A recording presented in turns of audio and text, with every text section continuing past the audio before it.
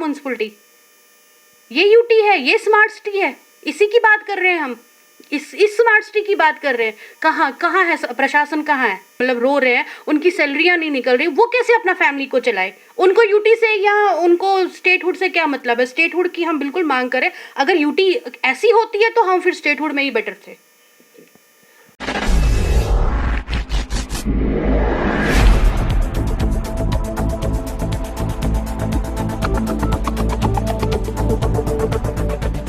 नमस्कार, the right में आप सभी का स्वागत है। आइए हम बात करते हैं जम्मू कश्मीर यूटी के लोक जनशक्ति पार्टी के हमारे वुमेन विंग के जो प्रेसिडेंट हैं श्रीमती अनीता चांदपुरी जी से। अनीता जी, आपका स्वागत है द राइट न्यूज़ में। धन्यवाद आपका कि आप सब मीडिया कर्मियों का मैं हमेशा धन्यवाद करती हूँ कि जब भी कोई अहम मुद्दा होता है या कहीं पे भी पब्लिक को जागरूकता की ज़रूरत होती है और मीडिया हमेशा वहाँ पहुँची होती है और पब्लिक को हमेशा उसके माध्यम से बहुत सहायता मिलती है। मैं पुनः आपका धन्यवाद करती हूँ। जी, मैं आप सबको ये बताना चाहता हूँ कि एक पॉलिटिकल करियर के साथ साथ अनीता जी एक सामाजिक कार्यकर्ता भी हैं। इन्होंने बहुत ही सामाजिक कार्य किए हैं। कोविड के दौरान इन्होंने बहुत सारा कार्य किया है, तो मैं उसके लिए भी आपका धन्यवाद करता हूं कि आपने कोविड में अपनी जान की परवाह न करते हुए लोगों की सहायता की। देखिए, कोविड महामारी का ऐसा दौर था उस टाइम कि हम लोग घर पे नहीं बैठ सकते थे, क्योंकि अगर समाज को ज़रूरत के टाइम पे हम हेल्प नहीं करेंगे, ज़रूरत के टाइम पे हम बाहर नहीं निकलेंगे, तो सामाजिक कार्यकर्ता होने का तो फिर हमें कोई मतलब हक ही नहीं है बोलने का कि ये सामाजिक कार्यकर्ता है। हमारे लिए बहुत ज़रूरी है कि जहाँ भी हमारी ज़रूरत होती है, जिस भी मुसीबत की घड़ी में किसी भी मतलब वर्ग के, पिछड़े वर्ग के या गरीब तबके के या ज़रूरत जो भी ज़रूरतमंद में हो, हमें तो निकलना ही था। और साथ साथ ऊपर वाले का भी धन्यवाद करती हूँ कि उसने इतनी क्षमता दी हमें कि हमने कोविड में हर उस जगह तक पहुँचे जिस जगह पे हमारी ज़रूरत थी। और मुझे नहीं लगता कि हमने कोई भी ऐसी जगह छोड़ी कि जहाँ हमें कॉल आया कि हमें वहाँ ज़रूरत है, हमें किसी भी चीज़ की, किसी भी प्रकार की ज़रूरत थी तो हमने हेल्प की, सहायता की। उसके साथ में धन्यवाद मैडम मुर्मू का भी करती हूँ, डॉक्टर समिता मुर्मू का, कि उन्होंने हमें कोविड में बहुत मतलब सपोर्ट किया। इस जो भी हमारी मतलब राशन वितरित हुआ डिफरेंट जगह पे, बैंक ऑफ इंडिया के माध्यम से चाहे हुआ, चाहे किसी और भी मतलब हमने अपने संस्था की ओर से किया, हमने अपनी पार्टी की ओर से किया, बहुत सारे मतलब संस्थाओं की ओर से, पार्टी की ओर से किया, बहुत जगह किया। और इसमें उन सब लोगों का भी मैं धन्यवाद करती हूँ आपके चैनल के माध्यम से कि जो बिल्कुल मेरे साथ रात दिन एक होके कार्य किया उन्होंने, क्योंकि एक टीम वर्क के बिना काम नहीं होता है। ऐसा मैं अगर कहूँगी मैं हर जगह अकेली पहुँच सकती हूँ, मैं हर जगह अपना अकेला काम कर सकती हूँ, ये वो मेरे लिए मुमकिन नहीं था। टीम थी, मैं थी, सब टीम मिलकर कर रहे थे, हार्ड वर्क था, क्योंकि ऐसा एक दौर था कि हमें खुद भी नहीं पता था कि हम बाहर जा रहे, वहाँ जब वापस आएंगे क्या पता हम संक्रमित होके आ जाए। हम ऐसी जगह, हम हॉस्पिटल्स में जाते थे और वहाँ तो आपको पता ही कितना मतलब रिस्क रहता था, लेकिन ऊपर वाले की कहते हैं ना, अगर आपकी नीयत साफ है तो ईश्वर आपके साथ है। और बिल्कुल वैसा ही रहा कि आज तक हमारी ईश्वर की जो हमारे ऊपर दया रही है, बनी रही है कि हमने जितना भी कार्य किया, हम अपने स्वस्थ है, हमारा ऐसा मतलब बिल्कुल सारे वर्करों का स्वास्थ्य फिट है, ये तो ईश्वर की बहुत बड़ी दया है हम पे। तो अनीता जी, आपसे एक सवाल कि कितने सालों से आप लोक जनशक्ति पार्टी का कार्यभार संभाल रहे हैं J&K प्रदेश का? देखिए, पिछले 5 वर्षों से मैं लोक जनशक्ति पार्टी की वुमेन विंग प्रेसिडेंट हूँ और मेरे अंडर पहले 22 डिस्ट्रिक्ट्स थे। अब यूटी बनने के बाद 2 डिस्ट्रिक्ट्स हमारे जो लद्दाख के हैं वो कम हो गए। अभी हम 20 डिस्ट्रिक्ट्स पे काम कर रहे हैं और आज हम कार्य करते करते उन डिस्ट्रिक्ट्स में भी पहुंच गए जिन डिस्ट्रिक्टों को टच करना हमारे लिए मुमकिन नहीं था। ऐसे भी बहुत सारे डिस्ट्रिक्ट्स है कश्मीर में जो बहुत ही मतलब विवादित डिस्ट्रिक्ट है, जहां पे आम पब्लिक भी बेचारा डर डर के जी रहा हो, लेकिन फिर भी हम, और रूरल एरियाज़ है ऐसे जम्मू में भी जहां तक हर एक मतलब वर्कर का पहुंचना या हर एक पार्टी का पहुंचना इतना ज़्यादा मुश्किल, लेकिन हम जाते हैं क्योंकि हमें अपना जो हमारा गार्जियन है माननीय पासवान जी, हमारा एक ही नारा है कि हम उस घर में दिया जलाने चले हैं जिस घर में सदियों से अंधेरा है, और हम अपने गार्जियन के कदम चिन्हों पे चलते हुए आज हम इतने मतलब पहुँच जम्मू कश्मीर में, जो मैं अपनी खास अपनी वुमेन विंग की बात कर रही हूँ, 20 में से हमने 18 डिस्ट्रिक्ट्स पे आज हम कार्य कर रहे हैं, और 2 डिस्ट्रिक्ट्स पे अभी मतलब चल रहा है, वर्क चल रहा है, और वो दिन दूर नहीं है जब लोक जनशक्ति पार्टी का झंडा पूरे जम्मू कश्मीर में लहराएगा। जी, एक अहम सवाल आपसे ये कि आपको क्या लगता है कि 370 हटने के बाद 1 साल पूरा हो चुका है, तो कुछ बदला? देखिए, मैंने पहले भी कहा है, आज भी वही कह रही हूँ कि 370 जब हटा तो हमने भी वेलकम किया, क्योंकि सेंटर में हमारी जो पार्टी है गठबंधन में है, स्टेट में हम आज़ाद है, इंडिपेंडेंट है, ऐसा कुछ नहीं कि हम नहीं बोल सकते, हम बोलेंगे, हमेशा बोलेंगे, जहाँ पे पब्लिक की हित की बात आती है हम बात करते हैं, बिना झिझक के बात करते हैं। आप मुझे बोलिए, अगर 370 इन्होंने हटाया, हमने वेलकम किया, सबसे ज़्यादा जम्मू के लोगों ने वेलकम किया, खुशियाँ मनाई, डोल नगाड़े जो भी था सब कुछ हुआ। मैं मानती हूँ विकास इतनी जल्दी नहीं होता है, लेकिन इतना धीरे भी नहीं होता है। उम्मीदें थी पब्लिक को कि 370 हटेगा तो यहाँ जो बंदिशें थी वो हट जाएंगी। उस टाइम वादे तो बहुत बहुत किए थे कि वो करेंगे, ऐसा करेंगे। आप मुझे ये बताइए ना, आज यूथ हमारा रास्ते पे है, आज हमारी मतलब महिलाएं जो है सुरक्षित ही नहीं है कहीं पे।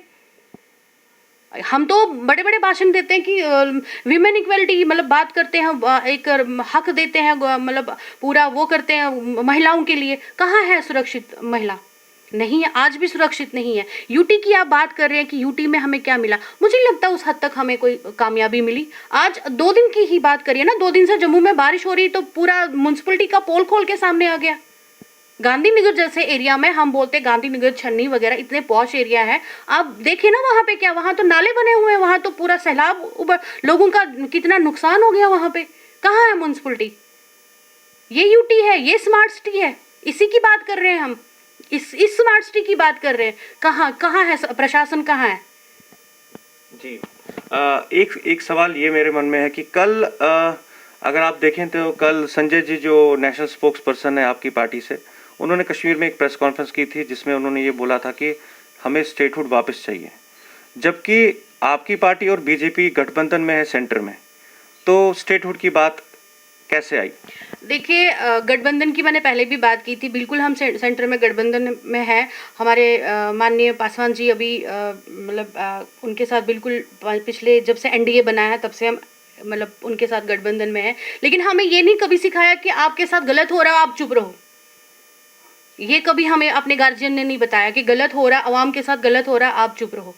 नहीं, अगर संजय सराफ जी ने कल बिल्कुल हमारी एक कश्मीर में बहुत बड़ी मीटिंग थी, कल बहुत सारी ज्वाइनिंग्स थी, ऐसे एरियाज से महिलाओं ने वहाँ पे यूथ ने ज्वाइन किया जो मतलब हमारी सोच से भी परे है, कि ऐसे ऐसे फाल फ्लंग एरियाज से वहाँ पे कल किन्हीं कारणवश हम नहीं जा पाए, तो हमने भी जाना था। बिल्कुल संजय जी का मैंने कल स्टेटमेंट सुना, उन्होंने बोला हमें स्टेटहुड दे दो, क्योंकि वो हमें बोलना पड़ रहा है। आप बात कर रहे हैं यूटी मिलने के बाद, आप बताइए ना जम्मू और कश्मीर की जनता को क्या मिला, क्या मिला? हमें हमारा सिस्टम पूरा मतलब बैठ गया। बिजनेस क्लास जो है वो रो रहा है, घर चलाना बड़े बड़े बिजनेसमैन, बिजनेस क्लास का मुश्किल हो गया, वो कैसे घर चलाएंगे अपने आप देखिए ना, रहबरे खेल वाले बेचारे रास्ते पे है, रहबरे तालीम वाले रास्ते पे है, वो रेलवे जब बेचारे मतलब रो रहे हैं, उनकी सैलरियां नहीं निकल रही, वो कैसे अपना फैमिली को चलाए? उनको यूटी से या उनको स्टेटहुड से क्या मतलब है? स्टेटहुड की हम बिल्कुल मांग करें, अगर यूटी ऐसी होती है तो हम फिर स्टेटहुड में ही बेटर थे। जी, एक और सवाल ये है कि आपको लगता है कि स्टेटहुड पॉसिबल है?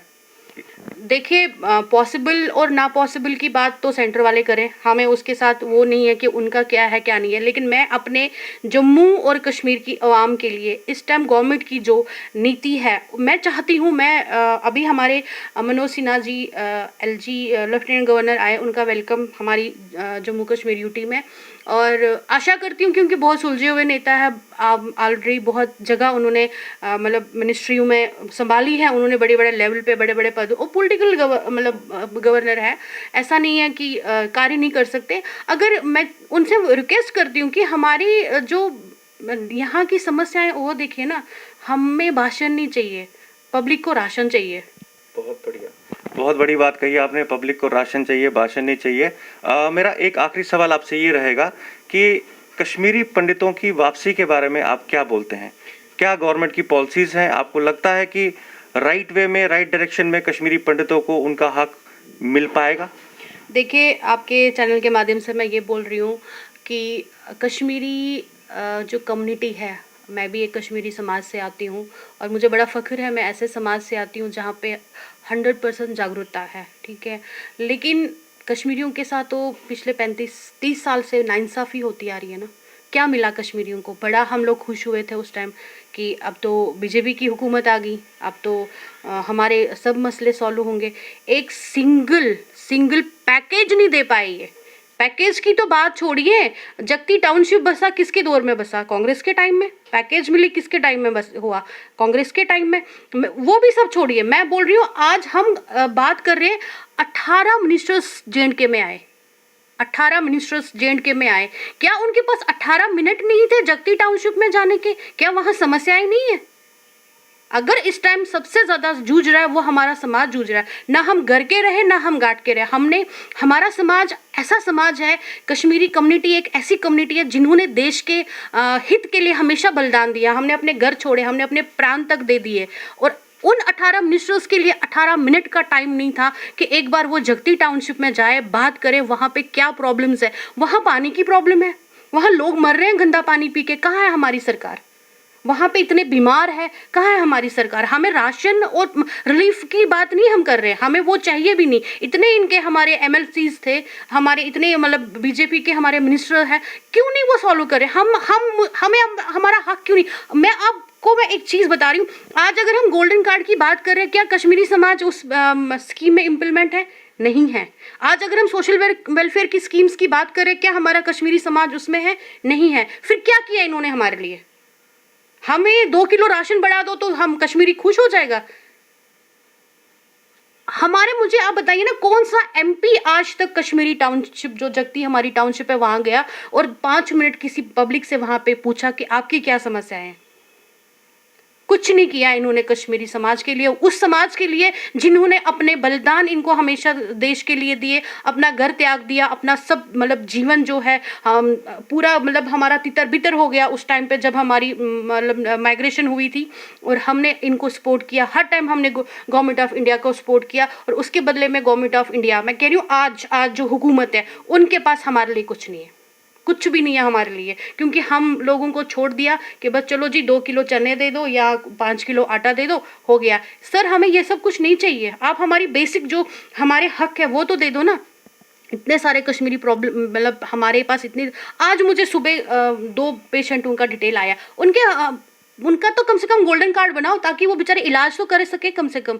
क्या कर रहे हो आप हमारे लिए? आप तो हमारे लिए कुछ नहीं कर रहे हो, लेकिन फिर भी हम लोग अपने आप को हिंदू कहते हैं। ये हमने कभी पत्थर नहीं उठाया, हमने कभी एंटी इंडिया नहीं बोला, हमने हमेशा मतलब अपने इंडिया के हित में बात की, लेकिन बदले में हमें कुछ भी नहीं मिला। और इस सरकार से तो हम बिल्कुल ही मतलब निराश होकर बैठे हुए, इस सरकार ने तो हमारा कुछ भी नहीं किया। ये थे हमारे साथ अनीता चांदपुरी जी, जिन्होंने अपनी बात रखी कुछ मुद्दों पे।